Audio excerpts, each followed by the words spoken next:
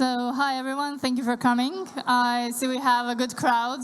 Do we have any startups looking for funding at this moment here?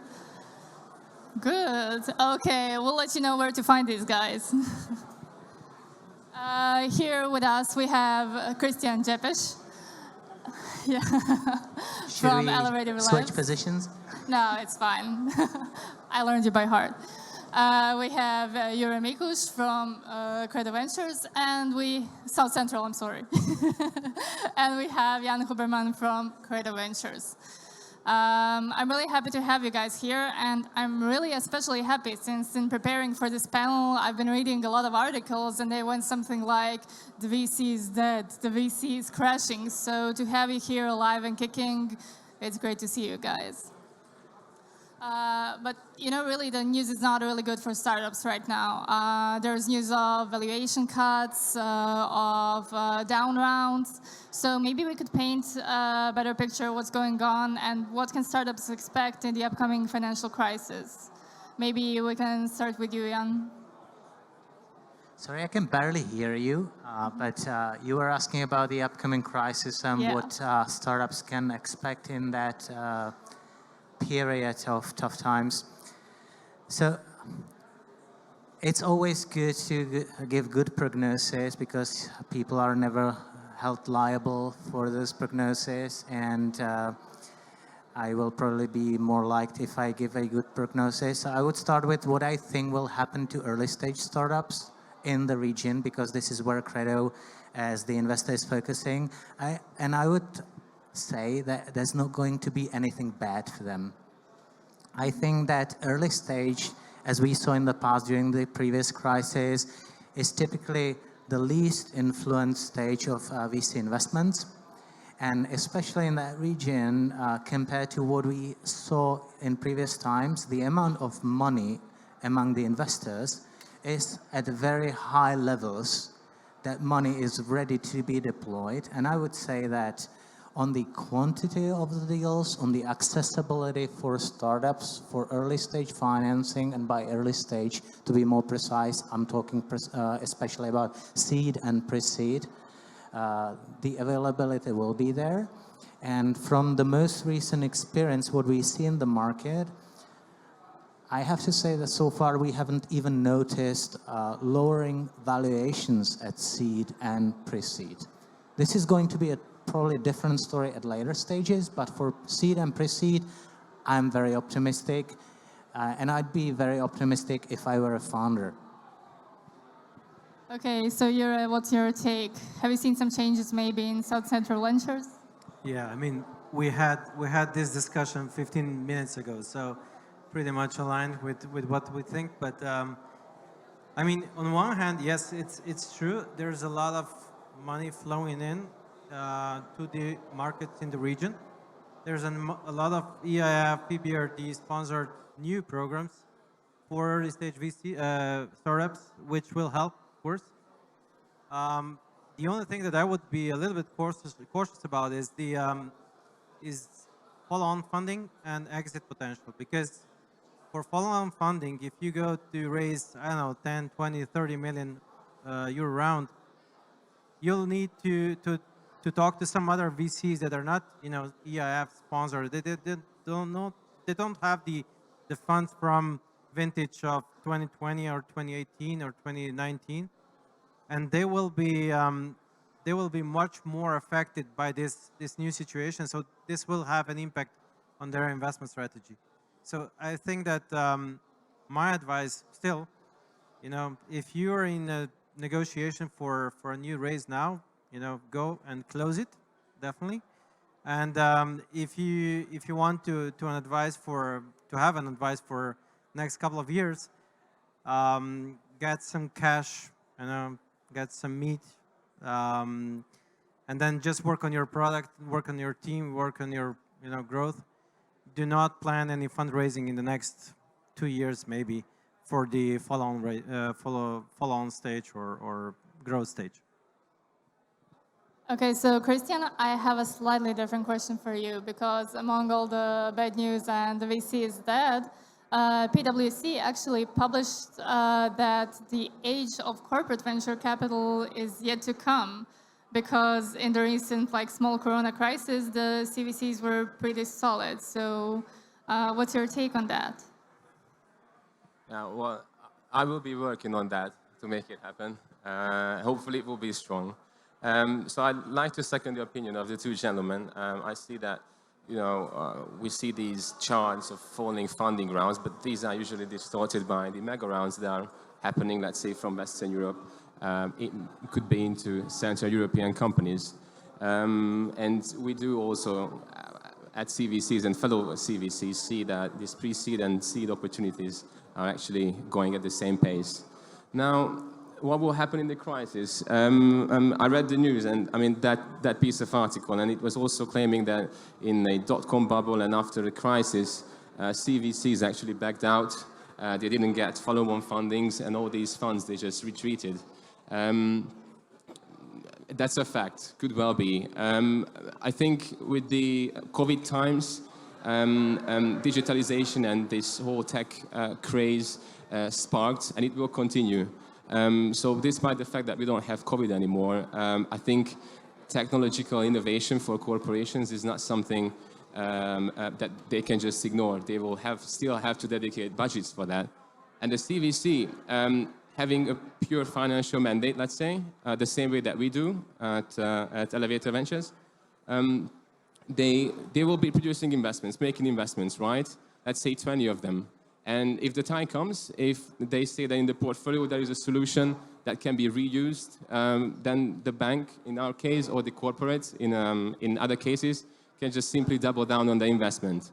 Compared to the fact that, let's say, they have to run 20 projects in parallel, which is nearly impossible in the corporate due to bureaucracy and just simply the workload. So these things will reinforce the fact that CVCs are there, and then we see also in a fundraising level that in Western Europe and in Central Eastern Europe, in Hungary, Austria, in Poland, in Slovakia, that this is happening. New funds are raised for exactly the same purpose. Technological innovation and digitalization will persist, and we will be working on that to support these companies, of course. Well, I'm actually glad that you mentioned the last financial crisis when the CVC did not fare so well, because I believe there is a lot we can learn from 2008. Jure and Jana, I believe you were actually investing in the time of crisis the last time and in the aftermath. So do you have maybe some lessons learned from that time? So we were raising our first fund through that period of the financial crisis in 2008. I used to work for another firm in Poland before. But to be honest, in the region, at early stage, I don't think we've learned too much, because early stage in 2010 during the crisis didn't kind of exist. So I don't think there was a really crisis visible and noticeable in that period in here. One thing that's being claimed that seed investing emerged through the 2008 crisis as the new kind of asset class, so it's institutionalized.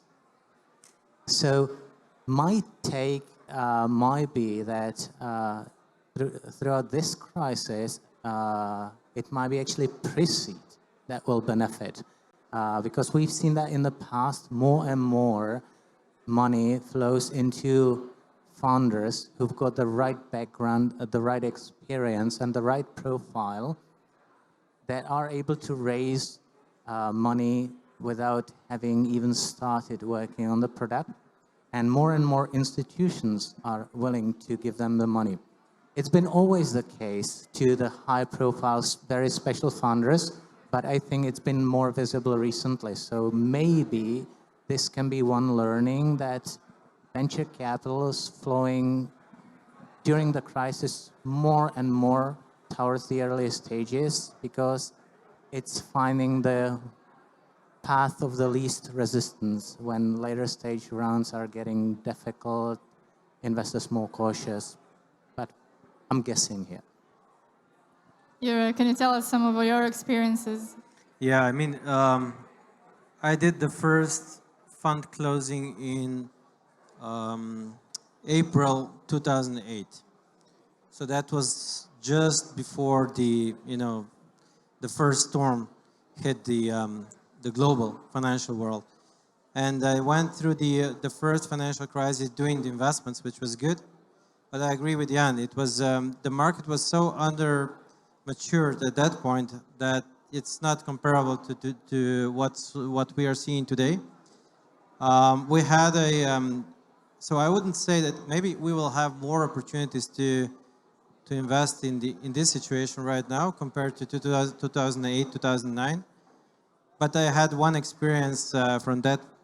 I mean, one lesson learned from that time, which was to choose the right LPs, the right investors in the fund. Because in my first fund, I had a couple of investors that were not experienced in that asset class, and they all went default in the first 6 months after the first closing. And dealing with a default investor in the fund is even worse than dealing with the default investment in the fund. So you need to find a new investor to buy out his shares and so on and so forth.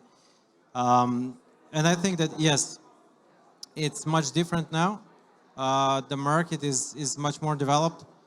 But I see that, that one thing that will be much different from some other geographies, maybe in Europe and maybe globally, is that the founders here are much more, you as the founders, you run on much lower costs, you run on much lower fuel.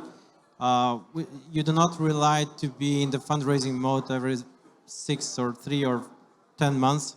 So this will definitely help in this situation right now. Well, there seems to be consent that during the crisis, some verticals just fare better than the others. This was proved in 2008, and many believe that this will prove to be right now. But what no one agrees is what verticals will those be? Some are saying maybe some more traditional ones like healthcare or finance, and the others are betting on the newcomers like Web 3.0 or the metaverse. So what are your contestants? Krisztian, I think I know your answer, but please go ahead. Yeah, I mean, we have a natural bias towards fintech since this is the area that we try to invest in. But even within that, there are some peripheral territories that I can highlight, and I wonder if you agree to it. One is cybersecurity. Mm-hmm. We have seen actually 2-3 companies successfully raising in the region, and there is a reason. I think these are solid businesses selling to enterprises, and these are must-have products. So probably, just my take, that these can still thrive given the circumstances. Web3 companies, I just read a piece of article in CB Insights that this was less hit in terms of valuation down rounds amongst all fintech spaces. I'm not sure how this will turn out, but this is just something that I would maybe put up for a discussion. But we have seen, topics that were quite severely hit, which is literally the financing companies, those that need to borrow that really have skin in the game because they are bearing the credit risk. Buy now, pay later companies, for instance. Not to mention that the big tech is also entering. So we have seen in portfolio and in pipeline these, let's say, outliers. And I would just stop here, not to steal your time. So, Jure, if you had to put money on some verticals, what would those verticals be? Well, we will stay within the verticals that we know best. We will stay within the industries that we know something about. We'll not switch our focus because of this crisis or whatever we call it. We believe that best risk mitigation is when you know what are you investing in, right? So if you ask me about an investment in some industries like life science or some biomedical stuff, I don't know much about, and I will never invest in those companies. We will not shift our focus because of the new environment. There are some KPIs that we are monitoring, and we believe that. Again, I'll repeat myself. I think that this region has not been so heavily inflated in terms of the valuations in the past, and that will also mean that it will not change so dramatically compared to some other regions. Yeah, and do you have some verticals? Yeah, I'll try to make a quick comment. There are several types of investors. generalists and vertically focused investors. I don't think vertically focused investors will be changing their focus too much, but there's probably a social demand for certain verticals to get more investments. So I believe there will be more investors focusing on energy than before. But generalists will likely not be shifting focus too much, except for that these days, the business models that require a lot of capital scale are probably less exciting for many people. So the more efficient ones will likely be getting easier money from the generalists like us. But no major focuses, I'd say. It always takes a bit of a time to adjust. Well, seeing that all of you three here invest in this particular region of Central and Eastern Europe, which historically has had some difficulties with fundraising, with the maturity of the market, do you think that the funding opportunities in the market has matured enough to withstand the blow of a financial crisis? Because the last time there wasn't much funding, so there wasn't much to ruin, really. Jure, maybe you would like to take the lead, because I remember you investing in some really early stage startups at the beginning of my career. So that was my first contact with VC. Yeah, I mean, as I said, the market has developed a little bit, has matured, but still it's not on the level of, and I'm talking about all the markets here in the region. They're not on the level of, I don't know, UK or Western Europe, US. Which has its positive and negative sides, right? The positive side that I always repeat is that the odds for successfully raising in this region are still much higher than compared to Silicon Valley, for instance, because there's so much more, startups raising there. But I would be, again, I'll repeat myself, and I'll say that, it's not this crisis will last forever. It will last for, a couple of months or a couple of years. We don't know yet.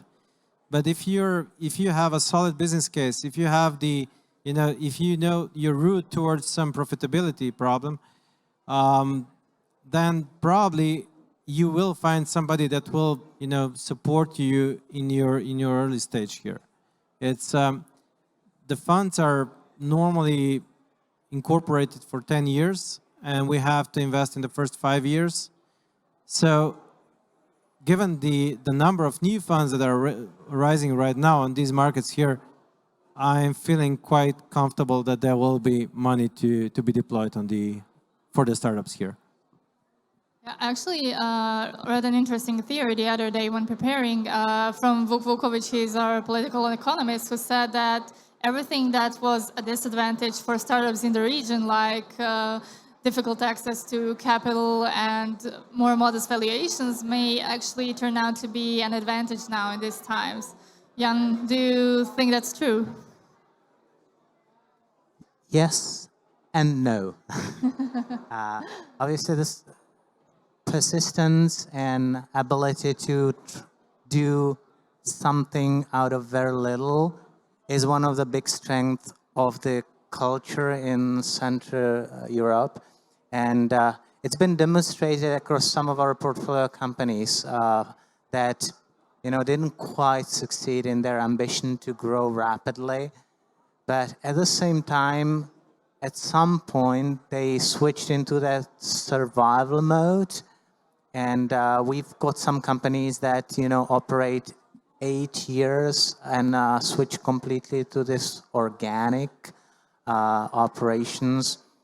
Whereas if those companies were, for instance, in the Valley with a different mindset and culture, they would likely give up because they would think this is too high opportunity cost. So this is the strength that will help companies to survive through tough times.